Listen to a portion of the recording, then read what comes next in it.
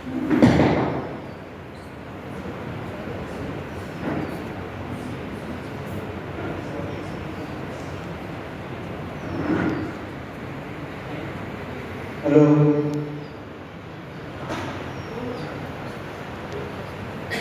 जी आज फरीदाबाद पहुंचे हैं, क्या कहना चाहेंगे फरीदाबाद वासियों के लिए, क्या मैसेज रहेगा? जी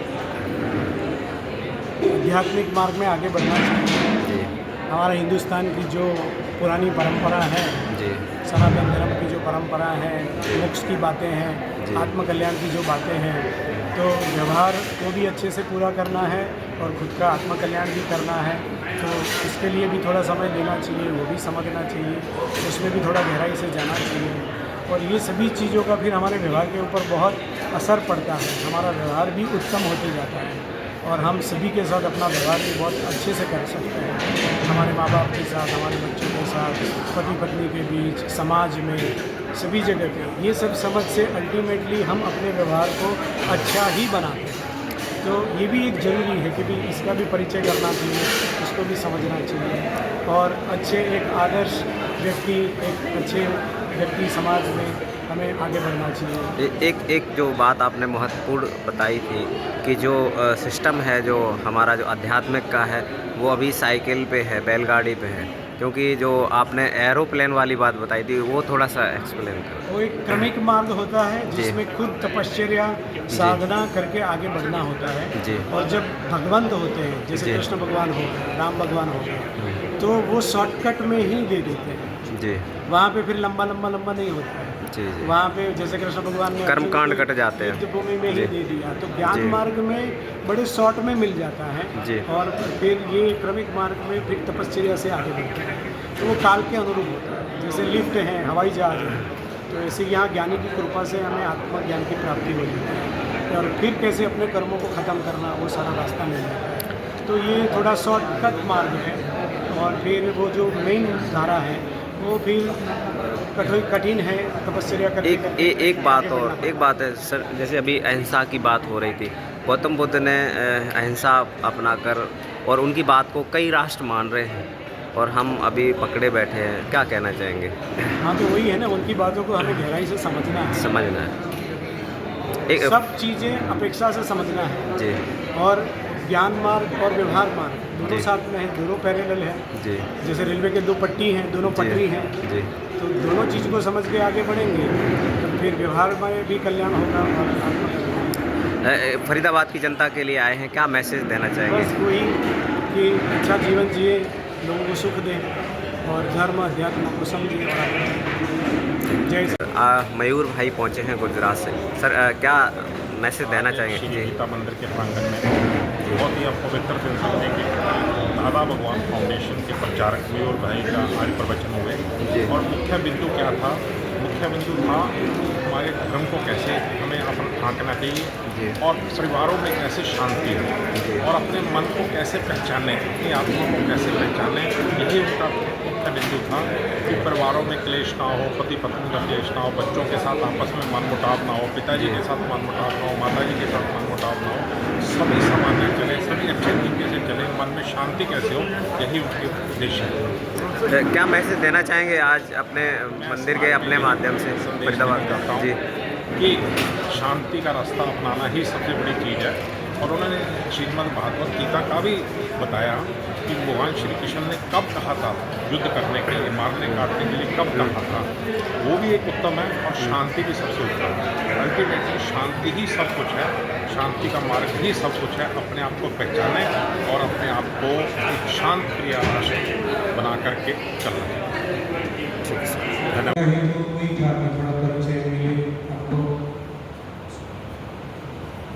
हम लोग का मेन सेक्टर गुजरात में है, गांधीनगर के पास। गांधीनगर से 10 किलोमीटर के डिस्टेंस पे हाईवे पर त्रिमंदिर बना हुआ है। काफ़ी बड़ा मंदिर है, सभी भगवान रखे हैं। निष्पक्षता की मंदिर, दादाजी की भावना थी कि हिंदुस्तान में लोग निष्पक्षपाती होने चाहिए, क्योंकि धर्मों का भेद बहुत हो गया है।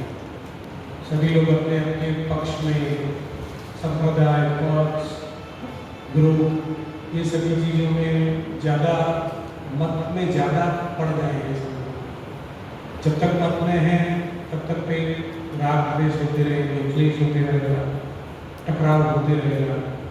तो आगे बढ़ना है तो सबसे पहले तो निष्पक्षपाती बनना पड़ेगा, क्योंकि सभी का स्वीकार करो, सभी अपनी अपनी जगह पे ठीक है, सभी एक जैसे नहीं हैं, लेकिन अपनी अपनी जगह पे सही है। सच में अध्यात्म की शुरुआत यहाँ से होती है, सबका स्वीकार। किसी का स्वीकार नहीं करेंगे तो सच में उसको फिर अध्यात्म नहीं बोला जाएगा। धर्म और अध्यात्म में बहुत फर्क है। धर्म में तो शुद्ध भी है, अशुद्ध भी है। वीडियो मत लेना भैया, वीडियो में नहीं गया। धर्म है क्या इस्लाम भी एक धर्म है? धर्म ही है, बताए ना, रिलेटिव धर्म है। रियल धर्म है आत्मधर्म, और बाकी इस्लाम नहीं, क्रिश्चियन, मुस्लिम और ये पारसी जितने भी हैं, यहूदी, हिंदू धर्म, वैष्णव धर्म, सिख धर्म, सनातन धर्म, सभी धर्म धर्म ही है, व्यवहार धर्म है। सभी पाप में से पुण्य की ओर ले जाते हैं, और सबके अलग अलग डेवलपमेंट है। बताया ना शुरू में ही कि कोई प्राइमरी वाला है, नर्सरी वाला है, कोई पहली कक्षा वाला है, कोई 5वीं वाला है, कोई 10वीं वाला है, और सभी आत्माओं की प्रगति होती रहती है, और अनंत जन्म प्रगति करते हैं, भटकते हैं ये संसार में। बुरा करते हैं तो नरक में भी जाते हैं, लाखों साल जो भुगतना पड़ता है। धर्म को समझो, देखो धर्म को समझो। वो गलत करते हैं तो गलत ही है, सच्चा नहीं है, और वो गलत का फल भी क्या मिलता है कि नरक में जाना पड़ता है और लाखों साल सड़ना पड़ता है नरक में। तो जो करता है वो जिम्मेदारी में करता है, बिना जिम्मेदारी नहीं है, उसकी जिम्मेदारी है और भुगतना पड़ता है, और भुगतता भी है। अब भुगतता है वहाँ जाके लाख साल, तब फिर अनुभव होता है कि मैंने गलत किया, ये सही नहीं किया मैंने। ये क्या है, देखो सृष्टि को अभी सिर्फ जो आंखों से देखते हो ना, उतनी सृष्टि नहीं है। सृष्टि बहुत विशाल है, अनादिकाल से भी सृष्टि ऐसी ही है, और अनादिकाल के बाद में भी सृष्टि ऐसी ही रहेगी। यही समझना है। ये आध्यात्मिक विज्ञान है, आध्यात्मिक विज्ञान बहुत गहरा है, इतना सरल नहीं कि कोई साधु संत भी उसको सरलता से समझ ले। इसको तो क्लियर है ना, लगभग 2000 पुरानी ये धरती है। अपना हिंदुस्तान अरबों साल पुराना है। अपने हिंदुस्तान को कभी कुछ नहीं होने वाला है, आप चिंता ही मत करो। करोड़ों देवी देवताओं का रक्षण है, सनातन धर्म है। सनातन का मतलब क्या हुआ? अविनाशी। अविनाशी चीज का कभी विनाश ही नहीं होता है। मतलब हमें सबको घर पे चुपचाप बैठ जाना चाहिए, जो करना है उनको अपना काम करते हैं, और हम अपने घर पर बैठे जामुन करने के लिए हिम्मत है तो बोलते मत रहो, उसमें चर्चा करते रहते हैं। देखो अपन बोलते रहते हैं, गाना गाते रहते हैं, हिम्मत है तो जाओ, सड़क पे जाके लड़ो, लेकिन यह हिम्मत तो यानी ये समझना है। करोड़ों चर्चा करते रहते हैं, चर्चा मत करो। देखो गवर्नमेंट अपना काम कर रही है, सैनिक अपना काम कर रहे हैं, और ये श्रद्धा को हमारा कभी कुछ बुरा नहीं होने वाला है। हमारे ऊपर भगवंतों का, देवी देवताओं का, सभी का रक्षा है। और मैं तो बोलूँगा लड़ना तो लड़ो, जाओ वहाँ पे जाके लड़ो, सड़क पे जाके लड़ो। ये समझने की जरूरत है। मैं इसको बहुत अच्छे से समझता हूँ। लोग चर्चा करते रहते हैं, चर्चा हजारों घंटे चर्चा करते रहते हैं, होता कुछ भी नहीं है, बराबर है। और देखो कोई भी चीज जो ठिकाने वाली है, बराबर है, आप द्वेष करोगे फल मिलेगा, वो बेकार नहीं जाएगा, वो बेकार नहीं जाएगा, उसका भी फल मिलेगा। और यही समझना है ना, करोड़ों लोग सफल होते हैं, चलो करोड़ों लोग सफल होते हैं। हमारे देश आजाद हुआ 75 साल हो गए, 75 साल में पूरे इंडिया में कितने हिंदू मर गए? लाखों मर गए, करोड़ों मर गए। 500 साल में लगभग करोड़ लोग से ज़्यादा हुए। अब देखो दूसरा रहस्य समझना है, समझ आगे लास्ट अंतिम आध्यात्मिक दृष्टि। जो एक दूसरे के साथ राग द्वेष करते हैं वही एक दूसरे को मारते रहते हैं जन्मों जन्म। आपको वो चीज में फंसना है तो फंसना, और आपको और कुछ करना है तो भगवान श्री कृष्ण ने जो अर्जुन को कहा कि लड़ो, वही मैंने बताया अभी तो आपको। मतलब वो गलत कहा। वो भगवान खुद थे, वो कर्म फल क्या क्या उनकी होगा? शिक्षा आज तक नहीं कर रही? हाँ, क्या उनकी शिक्षा आज तक नहीं कर रही? भगवान ने लाख बातें बताई, ये एक ही बात को क्यों पकड़ के बैठे हो? कौन सी बात पकड़े आप बताइए? ये हिंसा वाली बात को क्यों पकड़ के बैठे हो? भगवान ने आत्मकल्याण की भी बात बताई, वो पकड़ो ना। कृष्ण भगवान ने अर्जुन से ज्ञान दिया, वो ज्ञान को पकड़ो ना। और अर्जुन का ज्ञान से मोक्ष हुआ, हिंसा करने से मोक्ष नहीं हुआ। ये चीज क्यों नहीं पकड़ते हो? ज्ञान को तो युद्ध करने के लिए तैयार नहीं थे, इसलिए उन्होंने कहा कि भगवत गीता पढ़ते हो कि नहीं पढ़ते? तो भगवत गीता में कैसे इतनी बड़ी भगवत गीता में हर पेज पे हर वाक्य में सिर्फ हिंसा के बारे में बात है कि और कुछ बातें हैं सब उसमें? बातें तो वो पकड़ो ना, पढ़ रहे हैं ना, वो पकड़ो। ड्रग्स तो वही है ना अल्टीमेटली जो अब देखो, जो जब संयोग आए ना, जब संयोग आए तब आप लड़ो, हरकत नहीं, कोई बात नहीं। ये तो क्या है, बात करने के लिए तभी देखो स्पष्ट होगा और हरकत नहीं, हमें तो कोई आपत्ति नहीं है। आप पूछो, आप और भी पूछो, लेकिन देखो कभी ना कभी समझना पड़ेगा ये चीज को। ये देखो भगवान चाहते हैं ना, आपसे समझने को चाहते हैं। नहीं, हरकत नहीं, इसके लिए आप पूछो, मुझे कोई आपत्ति नहीं है, लेकिन आप समझो। देखो जिस दिन वो संयोग आए, आप अच्छे से वो संयोग को फेस करो, लेकिन बाकी के पूरा समय क्या करोगे आप पूरी जिंदगी? कृष्ण भगवान ने तो बहुत सारी बातें बताई है कि भी आत्मा का कल्याण करो, खुद का व्यवहार भी करो। ऐसा नहीं है, हम भी ऐसा नहीं बोलते हैं कि साधु बन के बैठ जाओ, जंगल में चले जाओ। दादाजी ने कभी ऐसा नहीं बताया। दादाजी ने भी बताया भाई व्यवहार धर्म अपना अच्छे से पूरा करो, साथ साथ में अपना आत्मकल्याण भी करो, जरूरत आने पर करो। लेकिन क्या कोई डर के मारे आप क्या अपने 80 साल ऐसे निकाल दोगे कि गुरु आप कुछ नहीं करोगे? मुझे और काम तो कर ही रहे हैं। जो भी आपने इतना सही हो, इतना सही आपने जो बात कही कि सब कर्म एक जैसे, कुछ भी गलत नहीं है। आपने ये कहा कुछ भी गलत नहीं है, कैसे नहीं गलत है? आप उसको बात करो ये वाली चीज गलत है, गलत है तो है, हम हमारे लोगों को तो पता लगना चाहिए कि ये गलत हो रहा है। तो अच्छी हम बात भी है। ये बात कहें भाव है, ये तो पूरा कर्म करते हैं फिर आपने। और धर्म एक बताया ना, व्यवहार धर्म है। अब कृष्ण भगवान ने देखो धर्म बताया, समझो उसको। कृष्ण भगवान ने क्या बोला है? सभी धर्मों को छोड़ के तू मेरे धर्म में आ। और उसकी गहराई को समझो। ये इंद्रियों के धर्म है, शरीर इंद्रियों का बना हुआ है। कर्मेंद्रिय, 2 हाथ 2 पाँव, बाथरूम जाते हैं, टॉयलेट जाते हैं, खाना खाते हैं, ये सब कर्मेंद्रिय है। फिर ज्ञान इंद्रिय है, आँख है, कान है, नाक है, स्वाद है और स्पर्श है, ये ज्ञानेंद्रिय है। सब अपने अपने धर्म में है। उससे आगे मन है, मन अपने धर्म में है, चित्त अपने धर्म में है, बुद्धि अपने धर्म में है, अहंकार अपने धर्म में है।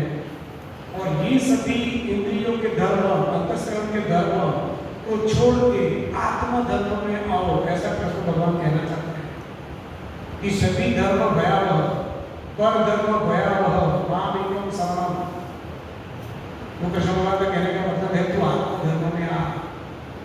वो सच्चा धर्म है, वो सनातन धर्म है। आत्मधर्म वो धर्म कृष्ण भगवान ने स्थापित करके गए हैं। अब कालक्रम में वो तत्व ज्ञान उड़ गया और फिर बाल भाषा की बातें बची, वैवाहिक धर्म बचा। पूजा करो, पाठ करो, मंत्र करो, ये करो, ध्यान करो, वो करो। वो तो व्यवहार के धर्म है, आत्मधर्म में आना है। आत्मधर्म में आएंगे तब कल्याण होगा।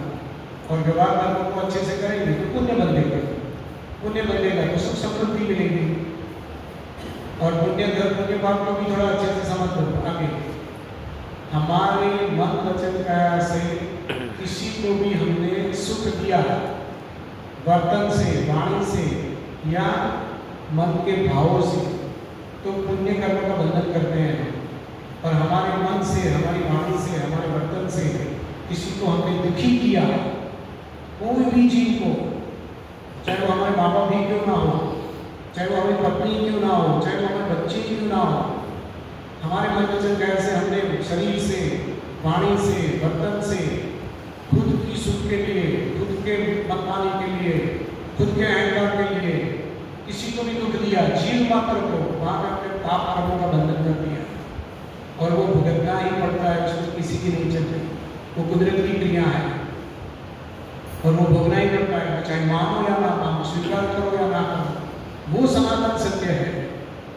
ये सनातन सत्य है। आप आत्मा हो वो सनातन सत्य है। जो करोगे वो मिलेगा वो सनातन सत्य है। जीव मात्रा में किसी को भी दुखी करके कभी भी हमें सुख नहीं मिल सकता, कभी भी हमारा कल्याण नहीं मिल सकता। ये सनातन सत्य है। ये हमारे हिंदुस्तान की संस्कृति है। ये अनादि अनंत है।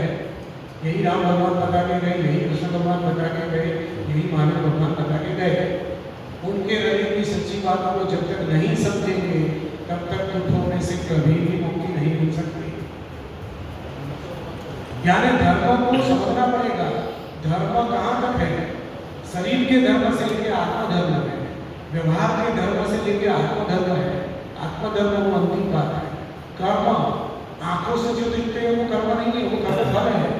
भीतर में जो भाव होते हैं, जैसे समझ लो अपने घर पे कोई व्यक्ति आया, अब अपन बुलाएंगे मान सम्मान से भी आओ आओ पधारो पधारो, तो बाहर को क्या करेंगे? आओ पधारो आओ पधारो।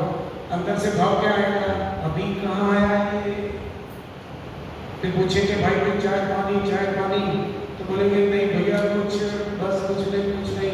फिर हम चाय पानी करेंगे, खाना खिलाएंगे, सब करेंगे, लेकिन अंदर भाव बिगाड़ के इसने मेरा 2 घंटा बर्बाद कर दिया, ऐसे ही आ गया, ये बेशरम आदमी है, खाना खाने बैठ गया, कैसा है ये। तो देखो हम बोलेंगे हमने अच्छा कर्म किया, उसको बुलाया बिठाया, खाना खिलाया, रहने की व्यवस्था करके दी, और भीतर में क्या चल रहा है? साला कहाँ से आ गया ये, बड़ा बेशरम आदमी है, बिना बताए आ गया, जाने का नाम नहीं ले रहा है। यानी समझो कर्म को, आप किसको कर्म बोलते हो? भीतर में जो होता है वो कर्म है, उससे कर्म का मतलब होता है। बाहर तो कंपल्सरी है, फर्जियात है, आप नाम ही बोल सकते कि बिल्कुल चलेगा। तो फिर लेकिन मेरा क्वेश्चन ये है कि धर्म हमारा बड़ा होगा कि कर्म हमारा बड़ा होगा? मैंने ये चीज आपसे पूछी। धर्म भी बड़ा है। इन दोनों में से एक चीज हम धर्म को ज्यादा माने कि कर्म को ज्यादा माने?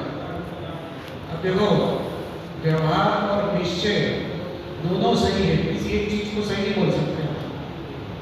हम आत्मा है वो भी सच मानना पड़ेगा, और हमारा शरीर भी जब तक है तो वो शरीर को भी सच मानना पड़ेगा। ये देखो किसी एक का था, जब ब्रह्म सत्य जगत मिथ्या, तो ब्रह्म को सत्य बोलेंगे और जगत को मिथ्या बोलेंगे। सुना है क्या? अब दादाजी ने क्या बताया कि जगत भी सत्य है और ब्रह्म भी सत्य है, दोनों सत्य है। अपेक्षा से संसार व्यवहार को झूठ नहीं बोल सकते, कैसे मिथ्या बोल सकते हो आप? अब जगत मिथ्या है, लेकिन देखो ना हम भाई कितने दुखी हो रहे हैं मिथ्या जगत के लिए। मिथ्या नहीं है, एक दिन सबको मरना है।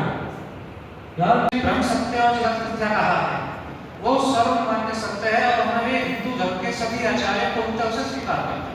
पहले दूसरी बात मेरा प्रश्न कुछ और था, आपने बीच में बोला इसलिए मैंने वो चीज उन्होंने तो सही बताई है, वो चीज को हमें यथार्थ रूप से समझना पड़ेगा कि निश्चय की दृष्टि से, मोक्ष की दृष्टि से ब्रह्म सत्य है। अब जब तक ब्रह्म की प्राप्ति नहीं हुई तब तक आप जगत को मिथ्या कैसे बोल सकते हो?